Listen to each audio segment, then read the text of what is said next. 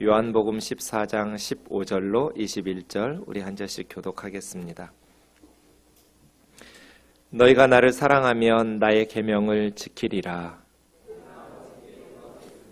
그가 또 다른 보혜사를 너희에게 주사 영원토록 너희와 함께 있게 하리니 그는 진리의 영이라. 세상은 능히 그를 받지 못하나니 이는 그를 보지도 못하고 알지도 못함이라. 그러나 너희는 그를 아나니 그는 너희와 함께 거하시며 또 너희 속에 계시겠음이라. 내가 너희를 고아와 같이 버려두지 아니하고 너희에게로 오리라. 조금 있으면 세상은 다시 나를 보지 못할 것이로되 너희는 나를 보리니 이는 내가 살아있고 너희도 살아있겠음이라. 그날에는 내가 아버지 안에 너희가 내 안에 내가 너희 안에 있는 것을 너희가 알리라. 같이요. 나의 계명을 지키는 자라야 나를 사랑하는 자니 나를 사랑하는 자는 내 아버지께 사랑을 받을 것이요 나도 그를 사랑하여 그에게 나를 나타내리라. 아멘.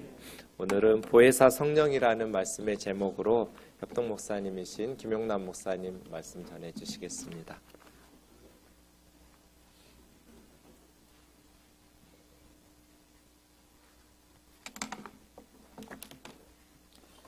다 같이 기도하시겠습니다.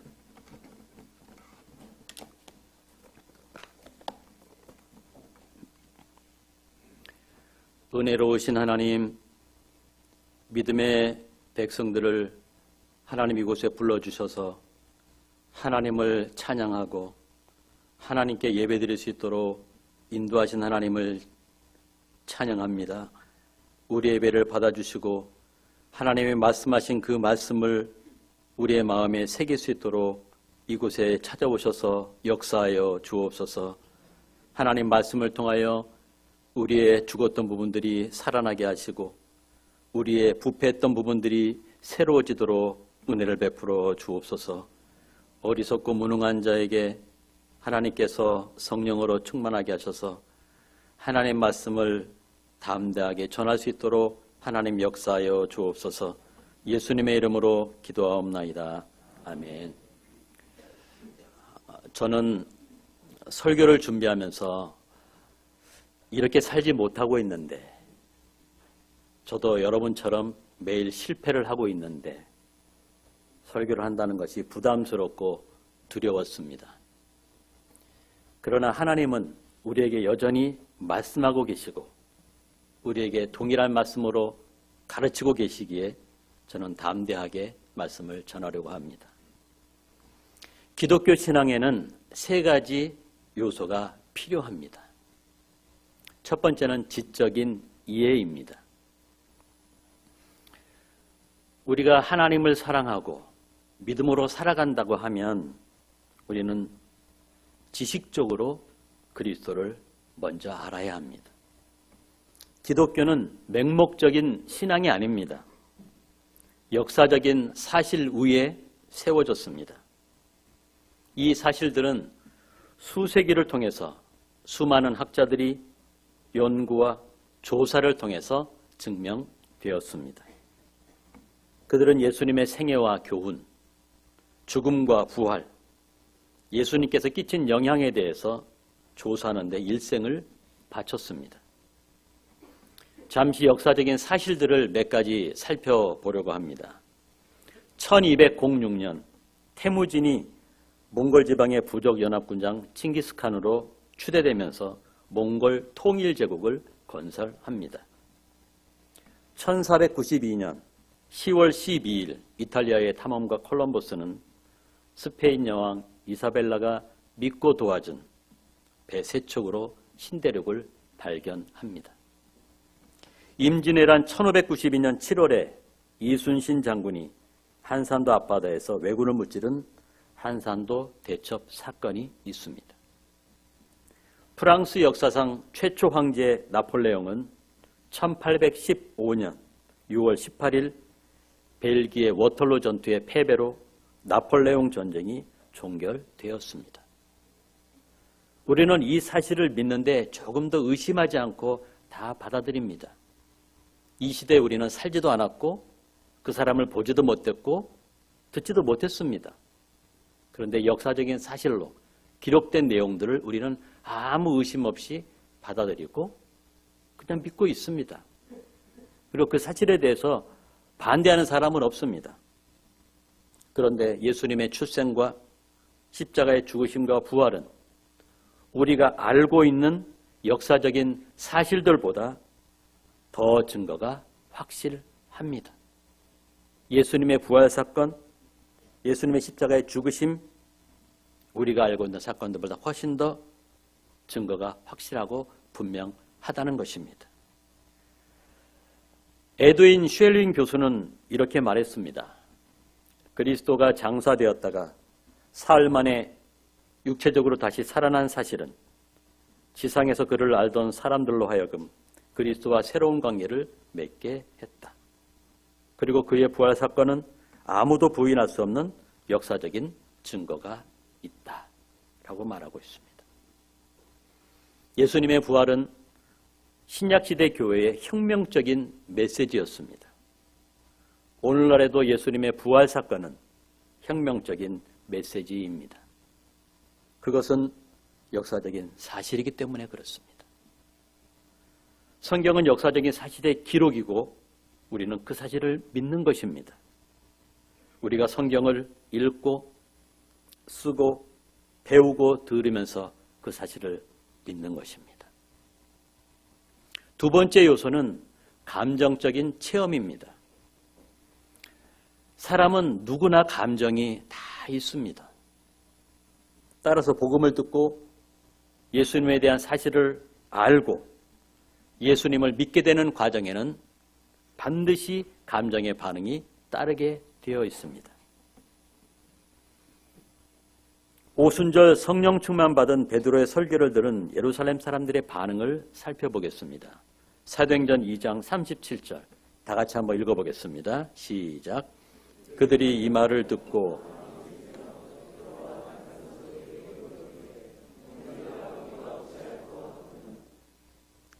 마음에 찔려 우리가 어찌할꼬 하거늘 이렇게 말씀합니다. 여기에는 두 가지 반응이 나타납니다.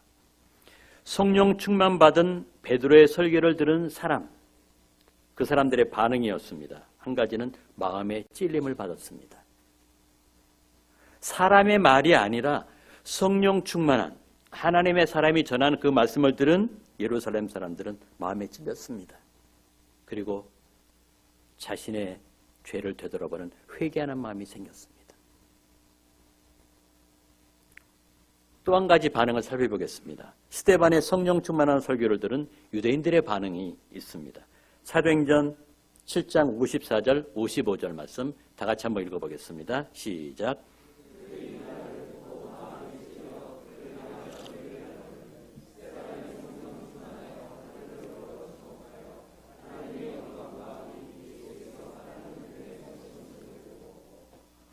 스데반이 성령 충만하여 설교를 했습니다.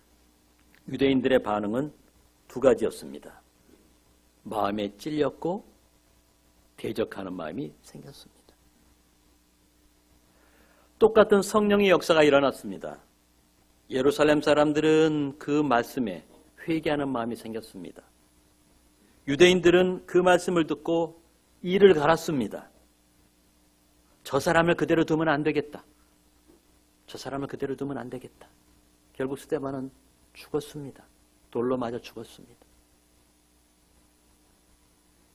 여러분들은 하나님의 말씀이 내 마음을 찌를 때 어떤 반응을 가지고 계십니까? 하나님 말씀이 선포될 때, 그 말씀이 나에게 다가올 때, 그 말씀이 내 마음을 찌를 때, 그 말씀이 내 마음을 아프게 할 때, 여러분들은 어떤 반응을 가지고 계십니까? 믿음의 사람, 하나님의 사람이라면 회개하는 마음이 생겨야 할 것입니다. 감정적인 체험이 없으면 구원의 확신을 갖기가 어렵습니다. 그런데 감정적인 체험은 필요하지만 특별한 체험만을 강조하는 것은 건강한 신앙인의 모습이 아닙니다. 세 번째 요소를 보겠습니다. 의지적인 결단입니다.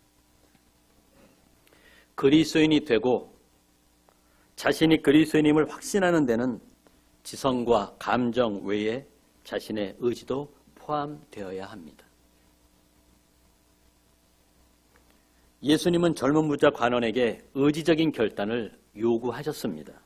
누가복음 18장 22절 말씀을 다 같이 한번 읽어보겠습니다. 시작. 내게 아직도 한 가지 부족한 것이 있으니 내게 있는 것을 다 팔아 가난한 자에게 나눠주라. 그리하면 하늘에서 내게 보화가 있으리라. 그리고 와서 나를 따르라.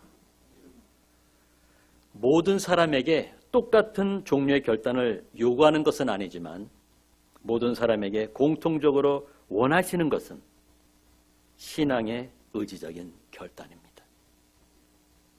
하나님은 믿음의 백성들에게 개인적으로 의지적인 결단을 요구하십니다. 내가 그리스도인으로 살아간다면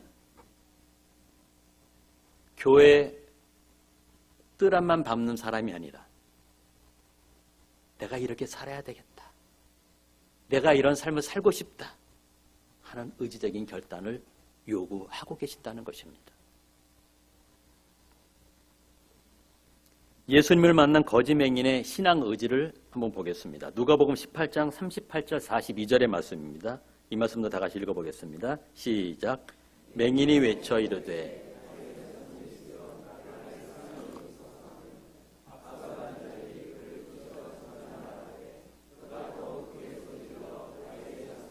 나를 불쌍히 여기소서 주여 보기를 원하나이다.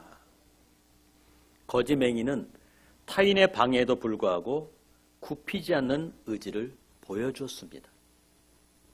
예수 그리스도를 만난 이 맹인은 저 사람이 나를 구원해주고 나를 회복시켜주고 나를 살리실 것을 믿었습니다. 그래서 모든 사람의 방해에도 굴하지 않고 주님 앞에 나를 고쳐주십시오. 당신은 하실 수 있습니다. 나를 고쳐주십시오. 그는 그 의지를 보였습니다. 기독교 신앙은 예수 그리스도를 지적으로 알고 감정적으로 체험하고 의지적인 헌신의 결단이 반드시 필요합니다. 이런 과정이 나에게 필요하고 그런 과정을 통해서 우리는 견고한 신앙의 모습으로 살아갈 수 있기 때문입니다. 요한복음 13장에서 17장은 예수님께서 세상에 조금 더 계시다가 떠날 것을 말씀하시는 내용입니다. 3년 동안 함께 살았던 제자들에게 사랑하는 제자들아, 내가 조금만 더 있으면 너희들의 곁을 떠날 것이다. 이렇게 말씀하시는 내용이 나와 있습니다. 14장부터 16장은 성령에 대해서 말씀을 해주고 있습니다. 예수님이 떠나신다. 너희들의 곁을 떠난다.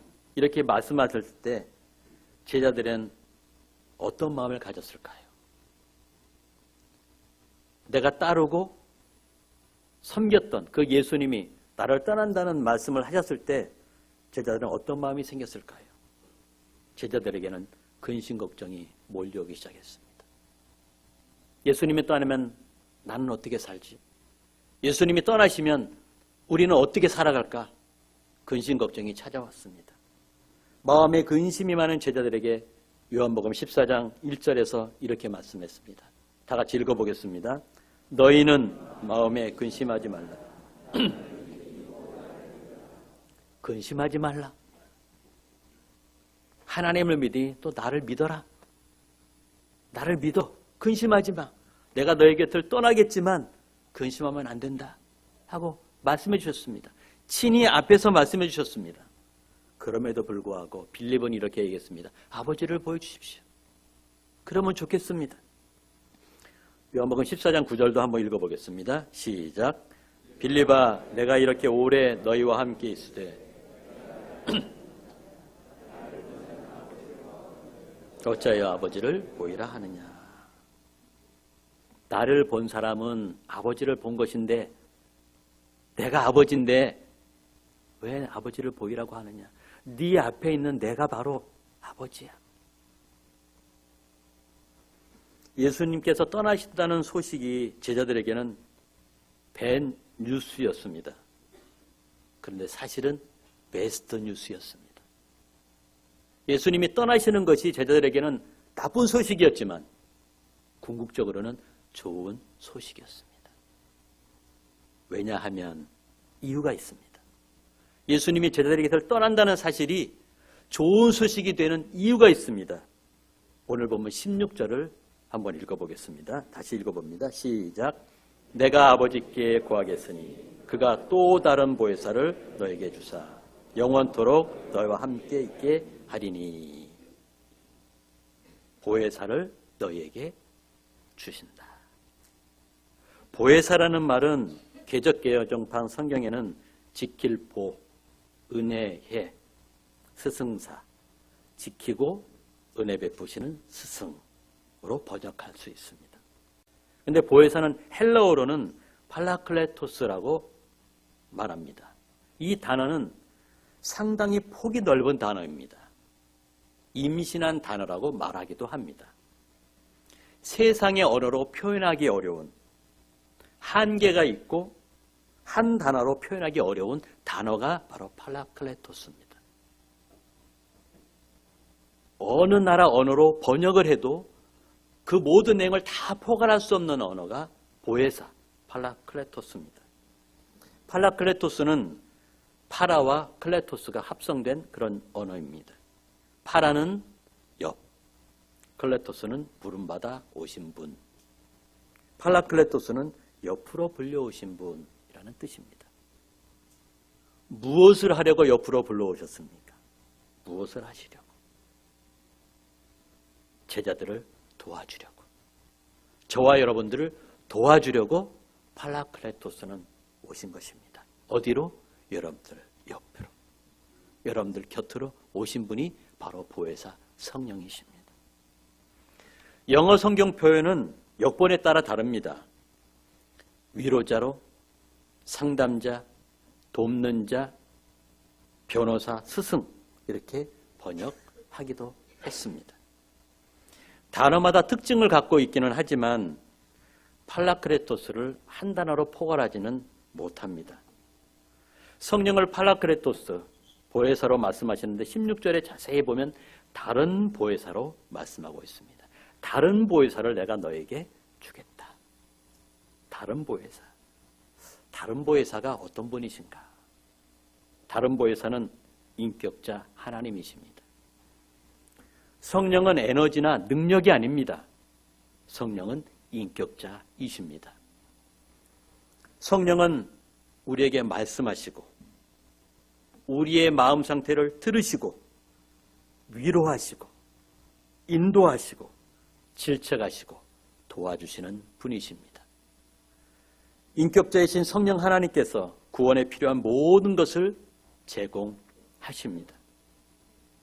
성령 하나님은 한 사람을 택하시고 구원하시기 위해서 하나님의 말씀을 지식적으로 듣고 깨닫도록 하십니다. 말씀이 내 마음에 들어와 나를 찌를 때 감정의 변화가 일어나도록 도와주십니다. 또한 변화된 마음으로 담대하게 세상에서 살아가도록 의지적 결단을 하게 하시는 분이 성령이십니다. 내 마음에 찾아오셔서 나를 찌르고 나를 깨우시고 나의 죄를 드러나게 하시고 나를 질책하시고 권면하시고 나에게 의지적인 결단을 하게 하시는 분이 바로 보혜사 성령이십니다. 이 다른 보혜사라는 말은 알로스 예수님입니다. 헬라어의 단어에 보면 다르다는 표현이 두 가지 있습니다. 한번 따라하겠습니다. 알로스, 알로스, 헤테로스, 헤테로스. 여기 펜이 있습니다. 여기 다른 펜이 있습니다. 여기 펜이 있고 다른 펜이 있습니다. 근데 이 펜은 종류가 같은 다른 펜입니다. 이때 다르다는 알로스입니다. 여기 펜이 있습니다. 여기 다른 펜이 있습니다. 이것은 종류가 다른 펜입니다. 이것은 헤테로스라고 합니다. 다른 보혜사를 보내시겠다. 다른 보혜사는 예수님과 급이 같은, 예수님과 종류가 같은 분이라는 뜻입니다. 예수님과 같은 분인데 눈에는 보이지 않는 그분이 바로 팔라크레토스 성령이십니다. 사랑하는 제자들아, 내가 너희들에게서 떠날 것인데 다른 보혜사를 보내줄 거야. 그분은 바로 나야. 그런데 그분은 눈에 보이지 않아. 영으로 너에게 임하실 거야. 라는 것이었습니다. 내가 다른 보혜사를 보내주겠다. 그분은 바로 나라고 하셨습니다. 사랑하는 교회 여러분, 우리가 그러면 이 성령과 우리와 무슨 관계가 있을까요? 예수님께서 말씀하셨을 때 제자들에게 주시겠다, 다른 보혜사를 보내주시겠다고 하셨는데 그 보혜사가 지금 현재를 살고 있는 저와 여러분들에게 우리와 무슨 관계가 있을까요? 그 보혜사 성령은 영원히 함께 하십니다. 16절을 다시 한번 읽어보겠습니다. 시작. 내가 아버지께 구하겠으니 그가 또 다른 보혜사를 너에게 주사 너희와 함께 있게 하리니. 예수님과 같은 분이 우리와 영원히 함께 하신다는 것입니다. 지금 이 시간도, 지금 여러분들의 마음속에 예수님과 같은 분이 영원토록 함께 하신다고 말씀하셨습니다. 그분이 보혜사 성령이십니다. 그런데 눈에 보이지 않는 영으로 존재한다는 것입니다. 육체를 가진 인간은 항상 우리와 함께 있을 수 없습니다. 내 사랑하는 가족도 항상 나와 함께 할 수 없습니다. 그러나 보혜사이신 예수님은 항상 우리와 함께 하십니다. 17절 말씀을 보겠습니다. 다시 한번 읽어보겠습니다. 시작.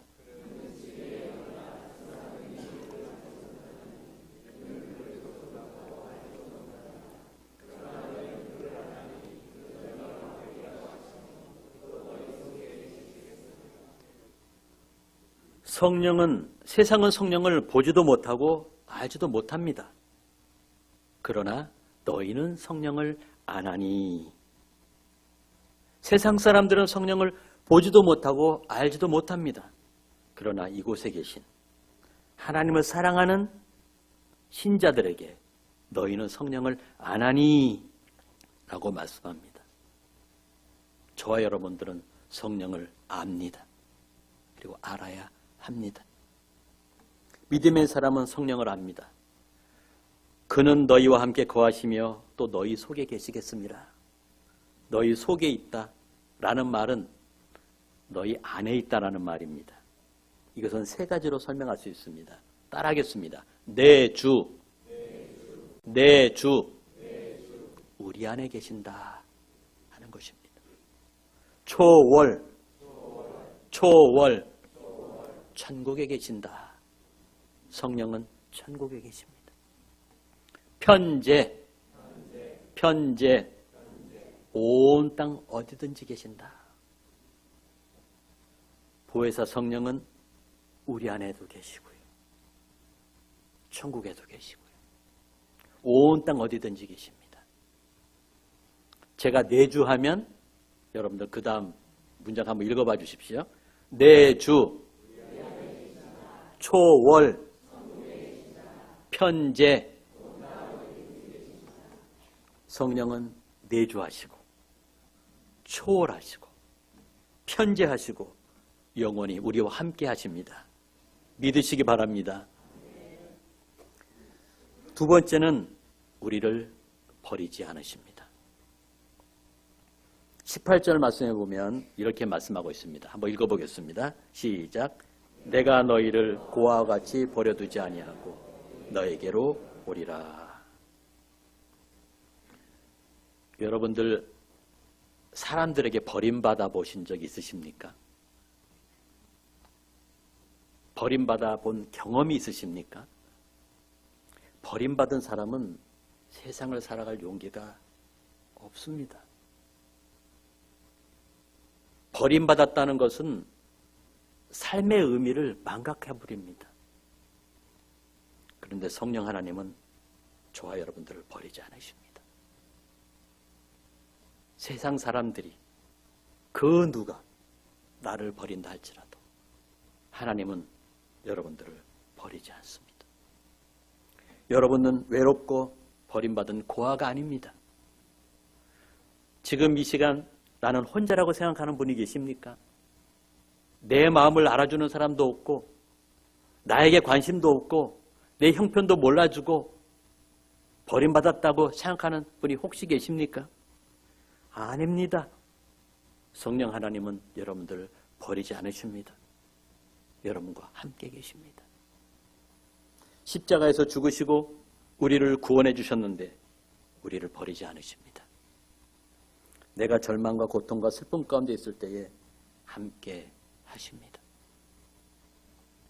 사랑하는 교회 여러분, 성령 체험하기를 원하십니까? 예수님께서 보내신 그 성령을 내가 내 주인으로 모시고 살아가기를 원하십니까?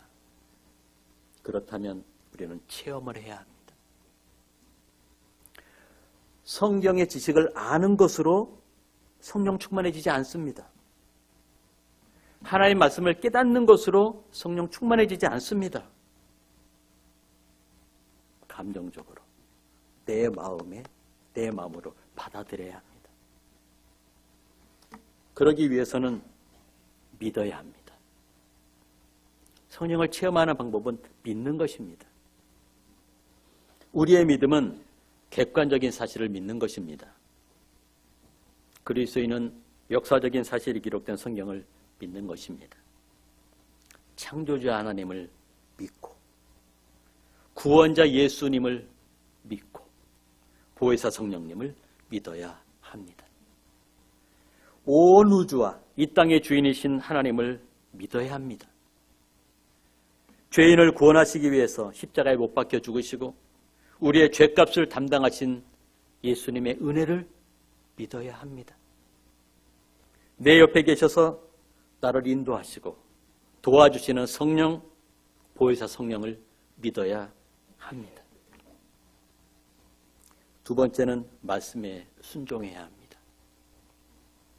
요한복음 14장 15절을 한번 읽어보도록 하겠습니다. 시작. 너희가 나를 사랑하면 나의 계명을 지키리라. 여러분, 예수님을 사랑하십니까? 그것을 어떻게 할 수 있을까요? 나는 예수님 사랑합니다. 나는 예수님 사랑합니다. 우리는 고백합니다. 근데 그것을 어떻게 할 수 있을까요? 말씀을 지켜야 할 수 있습니다. 하나님의 말씀을 순종하는 것이 예수님을 사랑하는 것입니다. 요한복음 14장 21절 말씀을 다 같이 한번 읽어보도록 하겠습니다. 시작.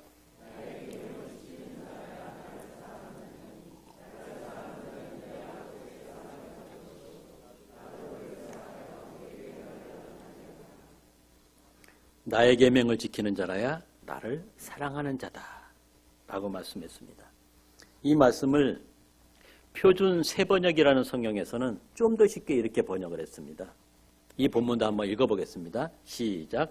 내 계명을 받아서 지키는 사람은 나를 사랑하는 사람이요 나를 사랑하는 사람은 내 아버지 사랑을 받을 것이다. 그리고 나도 그 사람을 사랑하여 그에게 나를 드러낼 것이다. 이 말씀들을 잘 정리해보면 크게 세 가지로 정리해볼 수 있습니다. 예수님을 사랑하는 자는 하나님의 말씀을 지키게 되어 있습니다. 왜? 예수님을 사랑하기 때문에. 예수님을 사랑하는데 사랑하는 예수님께서 하신 말씀이기 때문에 그 말씀을 지키게 되어 있습니다. 그 말씀을 지키시는 자에게는 약속하신 보혜사 성령을 드러내 주신다고 했습니다. 교회를 오래 다니고 신앙 경력이 많다고 해서 그리스도인으로 드러나는 것이 아닙니다. 교회 직분이 있다고 해서 그리스도인으로 드러나는 것이 아닙니다.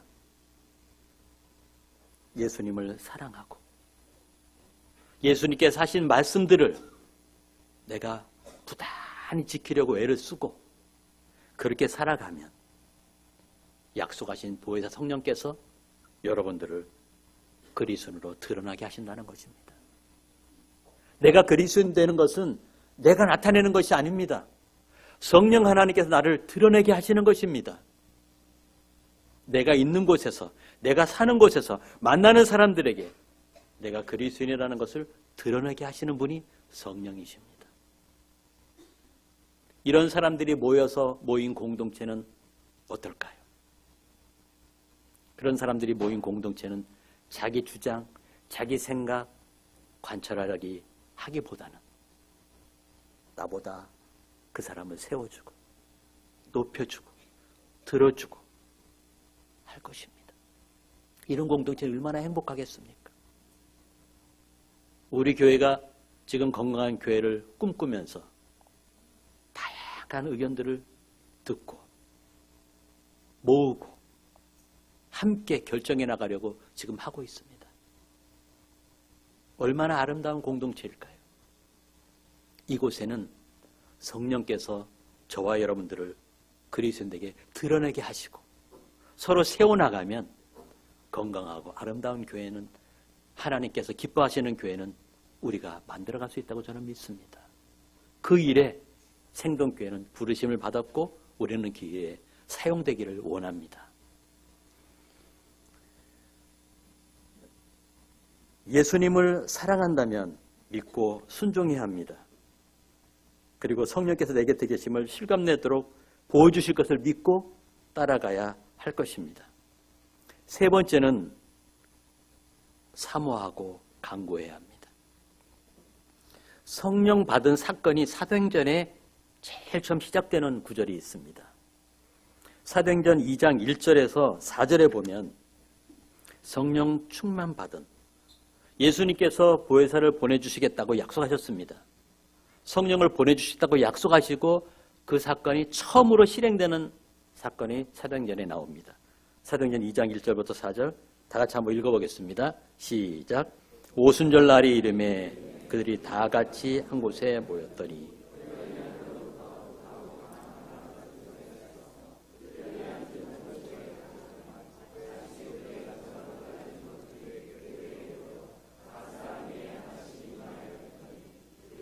성령의 충만을 받고 그들이 다 한 곳에 모였습니다. 약속하신 성령을 받으려고 주시겠다고 했기 때문에 받으려고 모였습니다. 모여서 무엇을 했습니까? 사모했습니다. 간구했습니다. 우리의 기도가 성령을 사모하고 간구하는 기도가 되어야 합니다. 질병으로 죽어가는 자식을 살리고자 하는 어미의 간절함, 절박함의 기도가 우리에게 살아나야 할 것입니다. 기도가 살아나지 않으면 성령을 체험하기 어렵습니다. 하나님께 간절히 구하고 간절히 매달리고 절박하게 기도할 때 성령은 나에게 역사하시고 나에게 임하십니다. 오순절 사건이 바로 그랬습니다. 그래서 그들은 성령 충만을 체험하게 됐습니다. 지금 이 시간도 성령은 동일하게 역사합니다. 만약에 지금 이 시간 보혜사 성령이 내게 오시면 한번 따라하겠습니다. 보혜사 성령이 내게 오시면 보혜사 성령이 내게 오시면 보혜사 성령이 내게 오시면 어떨 것 같습니까?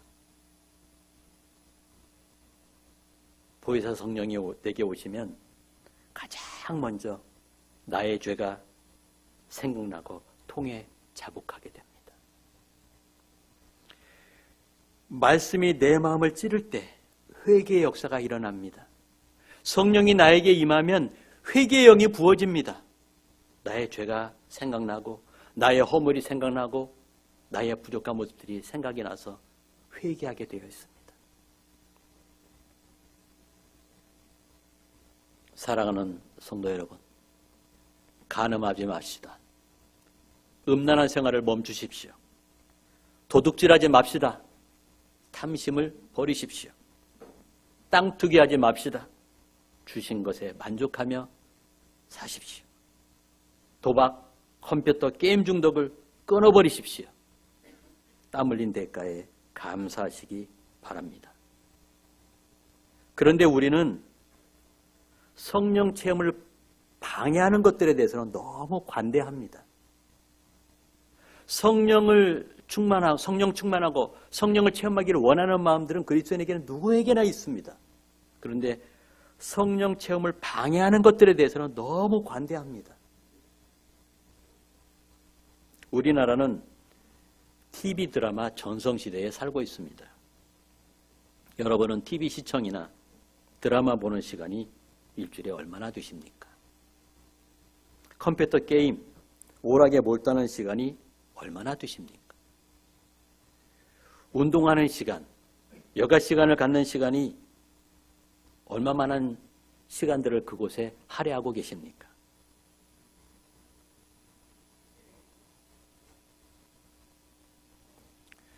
사람은 자신이 좋아하는 것, 관심이 있는 것에는 시간과 물질을 아낌없이 투자합니다.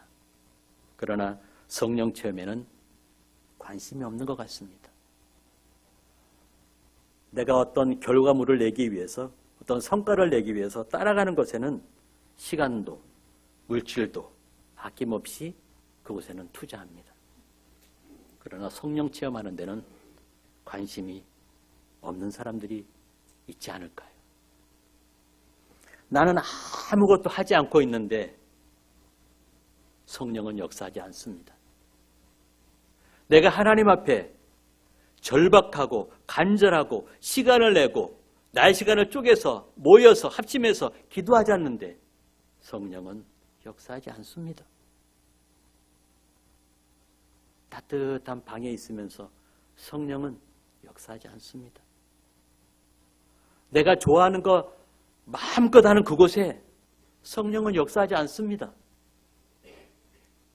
내가 많은 수익을 내는 곳에, 일을 열심히 하는 곳에 성령은 불과 같이 역사하지 않습니다. 성령은 나의 가장 소중한 시간을 할애해서, 가장 소중한 것들을 할애해서 모일 때 성령은 역사합니다. 예수 그리스도를 지적으로 알고 감정적으로 체험하고 의지적인 헌신의 결단을 내린 그리스도인에게는 성령의 내적 증거가 나타나게 됩니다. 지식적으로 예수 그리스도를 알고 감정적으로 체험하고 의지적인 헌신의 결단을 내린 사람에게는 성령의 내적 증거가 나타납니다. 로마서 8장 14절부터 16절 말씀을 다 같이 한번 읽어보겠습니다. 시작. 하나님의 영으로 인담을 받는 사람은 곧 하나님의 아들이라. 너희는 다시 무소하는 종의 영을 받지 아니하고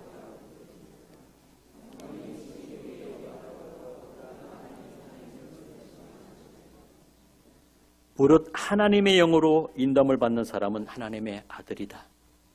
성령이 친히 우리 영과 더불어 우리가 하나님의 자녀인 것을 증언하신다 라고 하셨습니다. 성령께서 하나님의 자녀라고 증언해 주시는 우리 목사님, 성령께서 하나님의 자녀라고 증언해 주시는 우리 장로님, 성령께서 하나님의 자녀라고 증언해 주시는 우리 권사님, 우리 집사님, 우리 부모님들, 우리들의 자녀들이 되시기를 주님의 이름으로 축원합니다. 성령이 내 안에 계시는 것은 내가 나타내는 것이 아닙니다. 보혜사신 성령께서 나를 드러내게 해주시는 것입니다.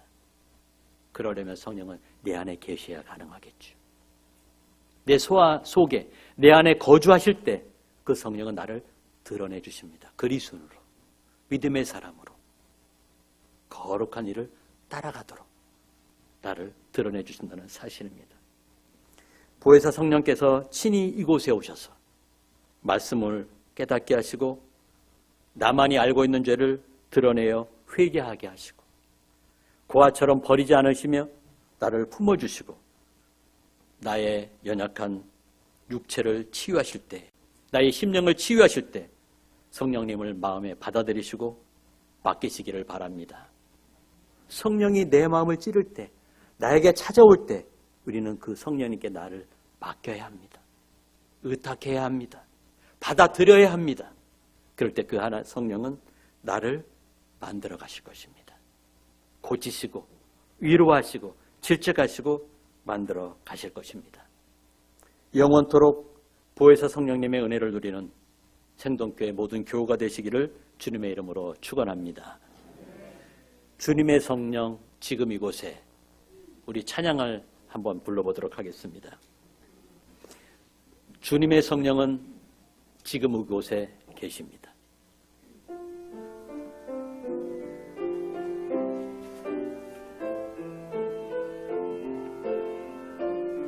주님의 성령, 주님의 성령, 지금 이곳에 임하소서.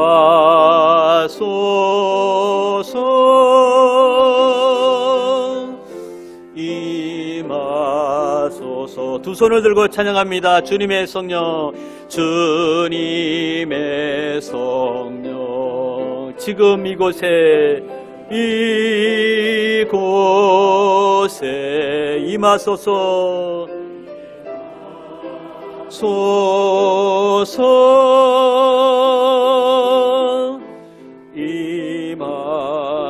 임하소서. 할렐루야,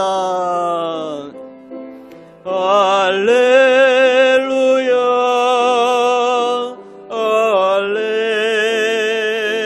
할렐루야,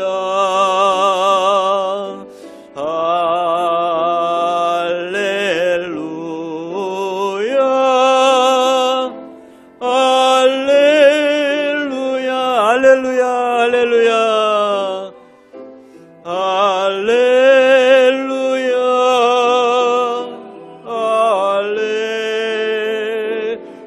할렐루야. 성령이여 임하소서. 할렐루야,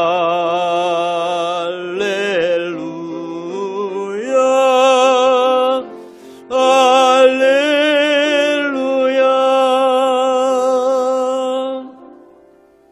이 시간 기도하겠습니다. 성령이여 나에게 임하소서.